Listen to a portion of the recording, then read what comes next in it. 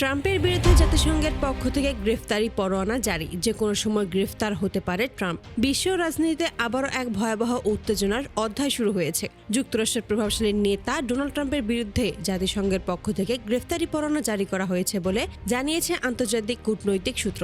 জাতিসংঘের উচ্চ পর্যায়ের কর্মকর্তারা বলছেন, পরিস্থিতি অনুযায়ী ট্রাম্পকে যে কোনো সময় গ্রেফতার করা হতে পারে। এই ঘোষণার পর বিশ্ব রাজনীতিতে শুরু হয়েছে তীব্র আলোচনা, উদ্বেগ এবং অনিশ্চয়তা। 2024 সালে অনুষ্ঠিত যুক্তরাষ্ট্রের প্রেসিডেন্ট নির্বাচনে জয়ী হয়ে ট্রাম্প আবারও ক্ষমতার শীর্ষে ফিরে আসেন। নির্বাচনী প্রচারণার সময় ট্রাম্প আমেরিকার জনগণকে প্রতিশ্রুতি দিয়েছিলেন তিনি বিশ্বকে যুদ্ধের অবস্থান থেকে বের করে এনে শান্তির পথে ফিরিয়ে আনবেন। কিন্তু ক্ষমতায় বসার পর থেকেই তার কর্মকাণ্ড ও সিদ্ধান্তগুলো ঠিক উল্টো চিত্র তুলে ধরেছে বলে অভিযোগ উঠেছে। বিশ্লেষকদের মতে ট্রাম্পের দ্বিতীয় মেয়াদ শুরু হওয়ার পর বিশ্ব রাজনীতিতে স্থিতিশীলতা কমে না, বরং উত্তেজনা ও সংঘাত আরও বেড়েছে।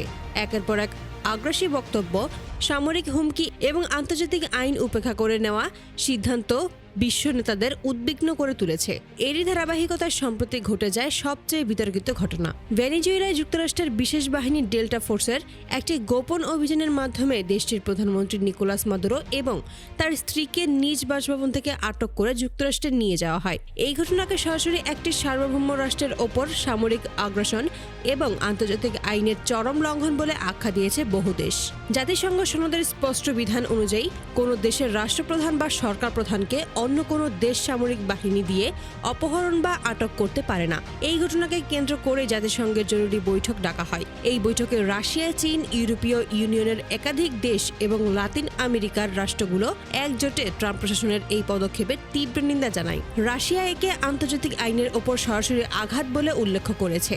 চীন বলছে এই ধরনের আগ্রাসন বিশ্বকে একটি ভয়ঙ্কর অস্থিতিশীলতার দিকে ঠেলে দিচ্ছে। ইউরোপের একাধিক দেশ সতর্ক করে দিয়েছে, এভাবে চলতে থাকলে বৈশ্বিক নিরাপত্তা ব্যবস্থা ভেঙে পড়তে পারে। এরই মধ্যে আরও উত্তেজনা ছড়ায় ট্রাম্পের আরেকটি বক্তব্যে। তিনি প্রকাশ্যে ইউরোপের গ্রিনল্যান্ডে অঞ্চলে সামরিক ও কৌশলগত প্রভাব বিস্তারের পরিকল্পনার কথা জানান। এই মন্তব্য ইউরোপীয় দেশগুলোর মধ্যে নতুন করে আতঙ্ক সৃষ্টি করে।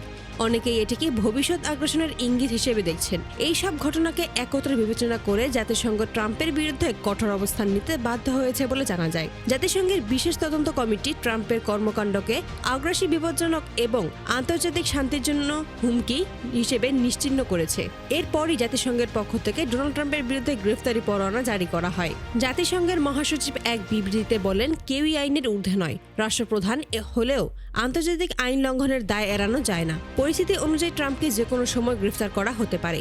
এই ঘোষণার পর যুক্তরাষ্ট্রের ভেতরেও চাপ বাড়তে শুরু করেছে। মার্কিন সিনেটের একাধিক সিনেটর প্রকাশ্যে ট্রাম্পের সিদ্ধান্ত ও আগ্রাসী নীতির সমালোচনা করছেন।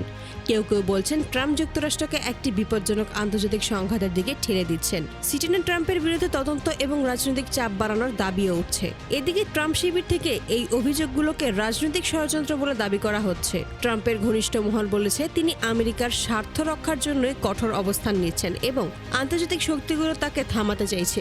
তবে প্রশ্ন থেকেই যায়, ডোনাল্ড ট্রাম্প কি সত্যিই নিজেকে আইনের ঊর্ধ্বে প্রমাণ করতে পারবেন, নাকি এই প্রথম কোনো মার্কিন প্রেসিডেন্টকে আন্তর্জাতিক আইনের মুখোমুখি হতে হবে? বিশ্ব এখন তাকিয়ে আছে পরবর্তী পদক্ষেপের দিকে। জাতিসংঘ কি তাদের সিদ্ধান্ত বাস্তবায়নে এগোবে?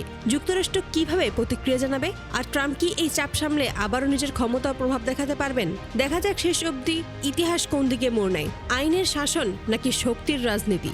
কে জয়ী হয় সেটাই এখন বিশ্ববাসীর সবচেয়ে বড় প্রশ্ন।